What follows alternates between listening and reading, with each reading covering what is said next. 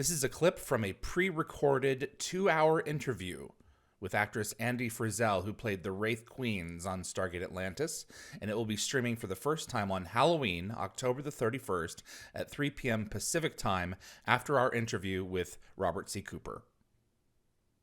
They went from a silicone mask to a foam mask. Yes, so okay? Submersion.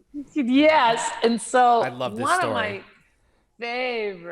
favorite memories of this show was this episode of Submersion. So I get there in the morning, and like you asked, when did I get there? So I remember driving there, so call time was be on set was 9 a.m. And so to be actually on the set, so yeah, crew call was like 7 a.m. So I had to be there 5 hours before this setup, right? So around 4. I remember, yeah. So I remember going, leaving my house to go.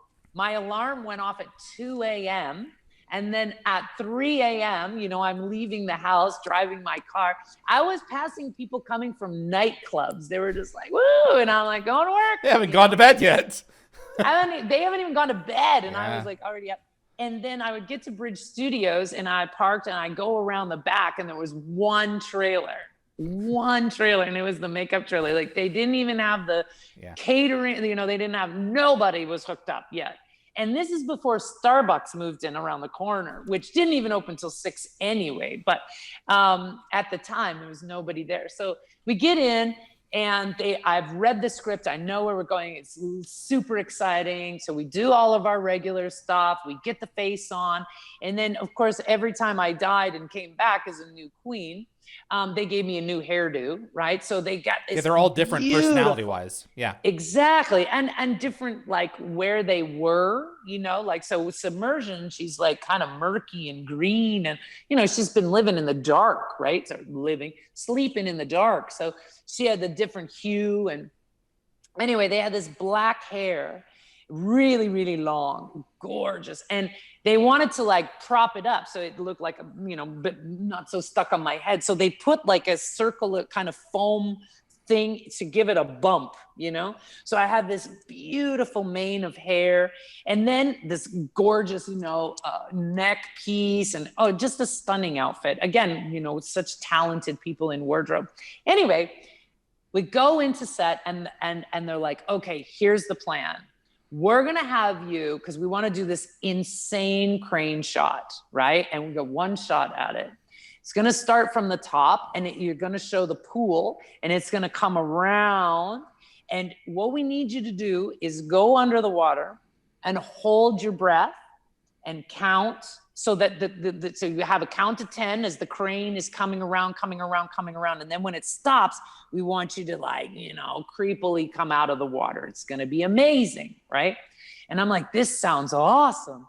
So of course it has to look like I'm not in the pool. So they took this gorgeous long hair and they tied it to my belt, right? So that it didn't float up when I was in the water. So the pool itself, even though it looks really, really deep, was only about maybe up to my waist.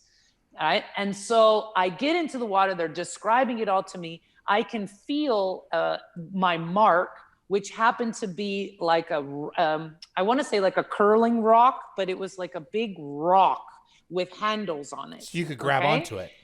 So because I'm full of air, right? So they didn't want me to kind of float, right? My butt go up in the air. And it also told me where my mark was, so where I was in focus, right? So I took a big, beautiful, deep breath, and I went under and I grabbed hold of this boulder, basically. And right away, I knew, this was a mistake. So I'm not a science expert, but foam floats. And we had completely forgot, no one had said to me, hey, so second I got under the water, all of a sudden my face wanted to shoot straight out of the pool. And I'm like, oh my God, we have one shot at this crane shot. I've got to keep this face. And at the same simultaneous moment, my hair also decides to want to take off, and it's tied to my pants. So I'm holding onto a boulder under the water, full of breath. And all of a sudden, my pants, my hair, and my face are like trying to launch off. And I'm gripping this thing for all its life. I just have to count to 10. And the boulder is starting to bounce on the bottom of the pool. Like the foam wants to be free. And I also, in the same moment, I'm thinking to myself, the second I let go of this thing, I'm going to shoot out of the water. And that's the complete opposite of what they want. So I basically had to hold onto my pants and slowly allow myself. But it was every single thing was trying to get out of the water. It was hilarious. Is that the shot that they used? And yeah, it's in there. That's the one. It worked. Yeah, it totally worked. So the foam didn't disintegrate. No, but because it was just trying. I was in there 10 seconds. I just had to hold on 10 seconds. But here's the thing. So when I finally come out, they're like, amazing, amazing. Let's reset and we'll go one more. And I'm like, no, we can't go again. My face will come straight up. Anyway, the masks were glued all the way down to my clavicle, like all the way down to this bone. So that night when I got home, and which is also an interesting story because I had to be driven home because of the cat eyes, right? They tunnel your vision. So when I took them out, I couldn't drive a car because I couldn't see the sides anymore. My vision was tunneled.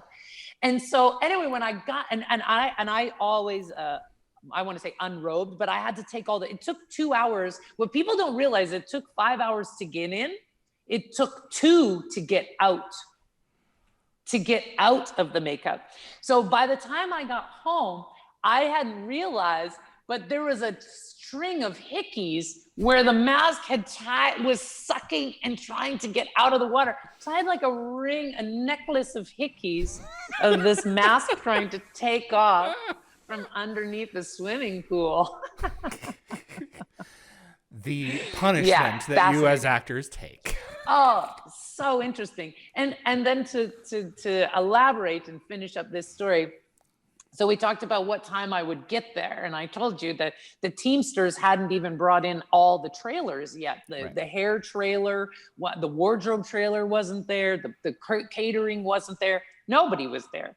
Well, one night after we shot out really, really late, and I think it Submersion? It might have been Submersion. We shot out really, really late, and I was the last. So I was the first one on and the last one to leave, and it takes 2 hours to get this stuff off, right? So here I am in the trailer in the shower, and there's like special stuff that you have to use to get all the paint off, right? All the body paint. I'm in the shower, and all of a sudden the whole trailer starts shaking, and I'm screaming, "Hey!" They're taking off. I'm in here. They thought that everybody was gone, and I was the last trailer.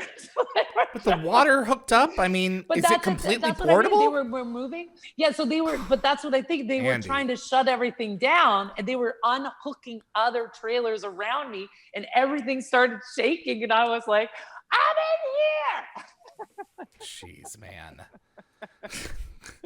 Yes, it was a pretty fun experience, that's for sure. Thank you for watching this clip from Dial the Gate. If you enjoyed the video, please consider giving us a thumbs up with that like button. It will encourage the algorithm to show this to other Stargate fans. Also, please consider sending this to a fellow Stargate friend. I also want to invite you to subscribe to future episodes right here on YouTube. We are a live show, so changes are likely to happen all the time. And if you plan on joining us live, you'll want to be the first to know. Be sure to visit dialthegate.com for the complete guest schedule so you'll know when to join us and ask your very own questions to our guests. See you on the other side.